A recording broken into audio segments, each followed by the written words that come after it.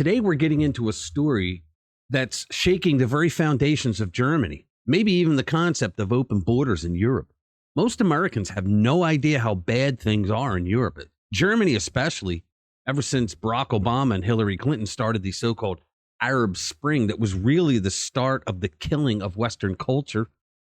This is about the beginning of Germany's wake-up call. Let's get into it.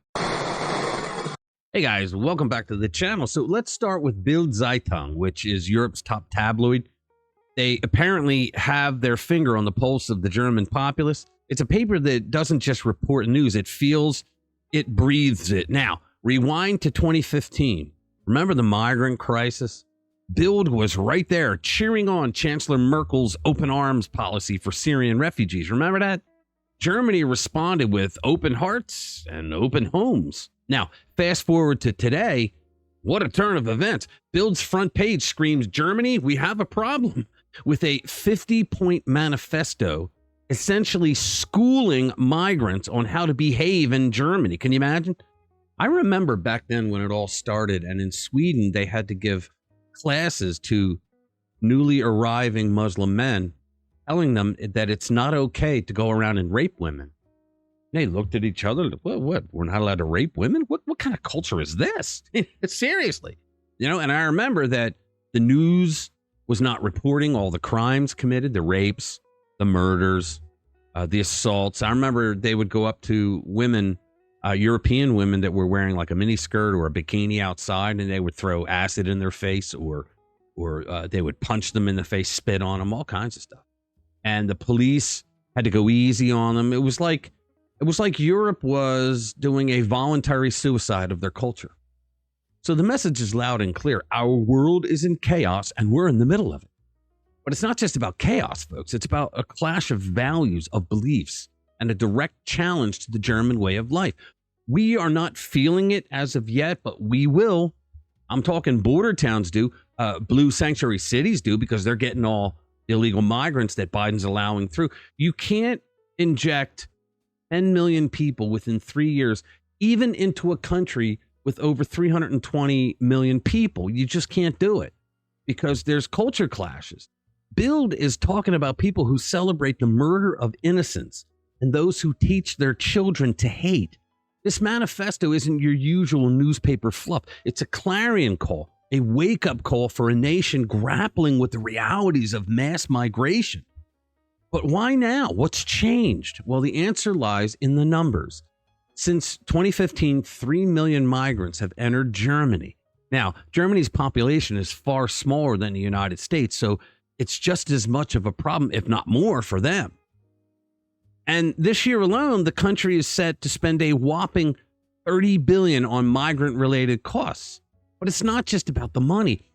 What used to be the land of luxury vehicles and precision machinery is now flirting with recession. Businesses are considering moving abroad. The once thriving middle class is now squeezed by energy costs and declining living standards. And then there's the social fabric of Germany being stretched and torn at its seams.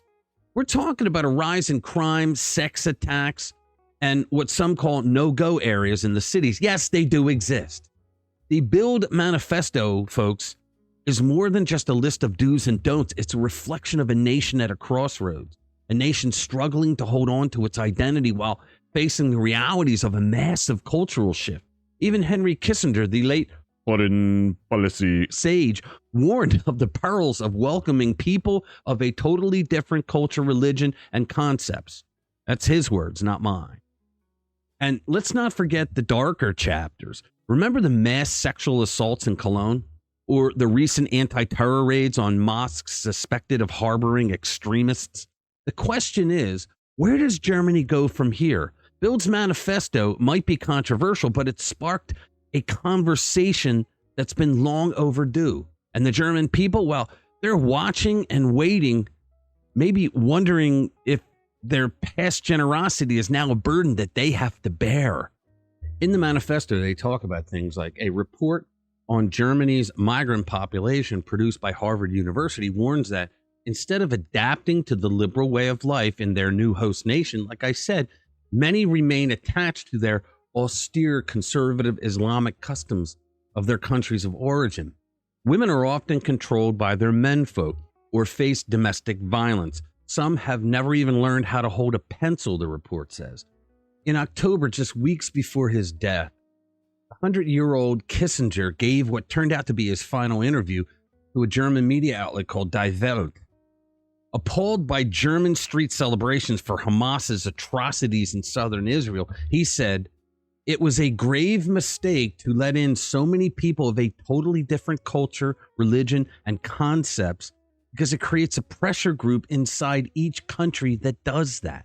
Now, in truth, the unraveling of Merkel's dream of a German multicultural and multiracial utopia began within weeks of the first major influx.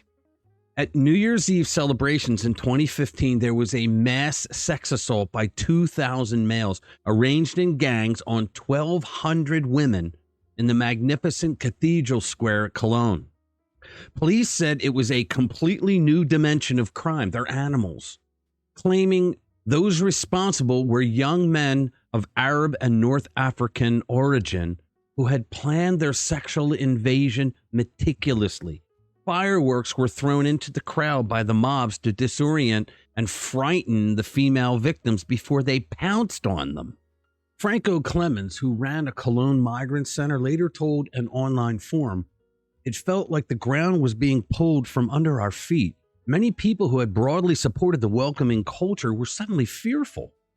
A lot of support for migrants was lost. In the intervening years, such reservations have become more common." You think? Earlier this month, security police launched an anti-terror raid on 54 mosques across the country in the belief some of them had been harboring Middle East terrorist sympathizers, stirring up anti-Semitism along the worshipers. Head of the country's police union, he reckons this is all too little too late.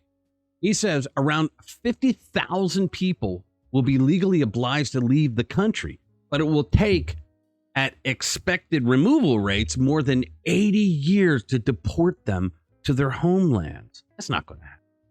And he said, during which time millions more will have arrived here. Every child who has mastered basic arithmetic recognizes the deception. Folks, this is what globalism is.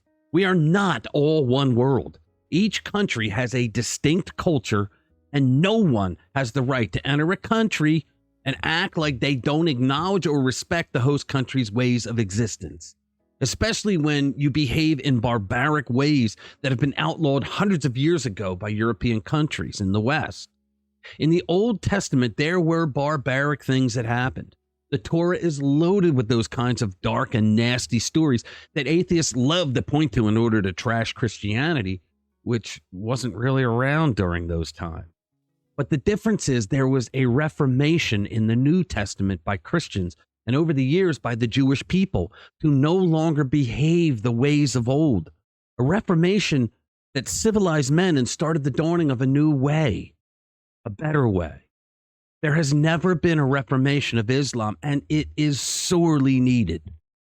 Either Muslims should remain in their lands, or they need to go through a reformation and understand that they can't go into a Western country to escape the living hell that they created in their own world and bring it there, and then expect to have the host country owe them a goddamn living and put up with barbaric behavior. That's all I'm saying. Make sure to subscribe to our channel and share our videos with like-minded friends who want to stay informed with what's really going on. Thanks for watching this video. I'll see you in the next one. I remember the days, all those years ago that never fade away. And I remember your face when you hit the ground. I can recall the time and place on the midnight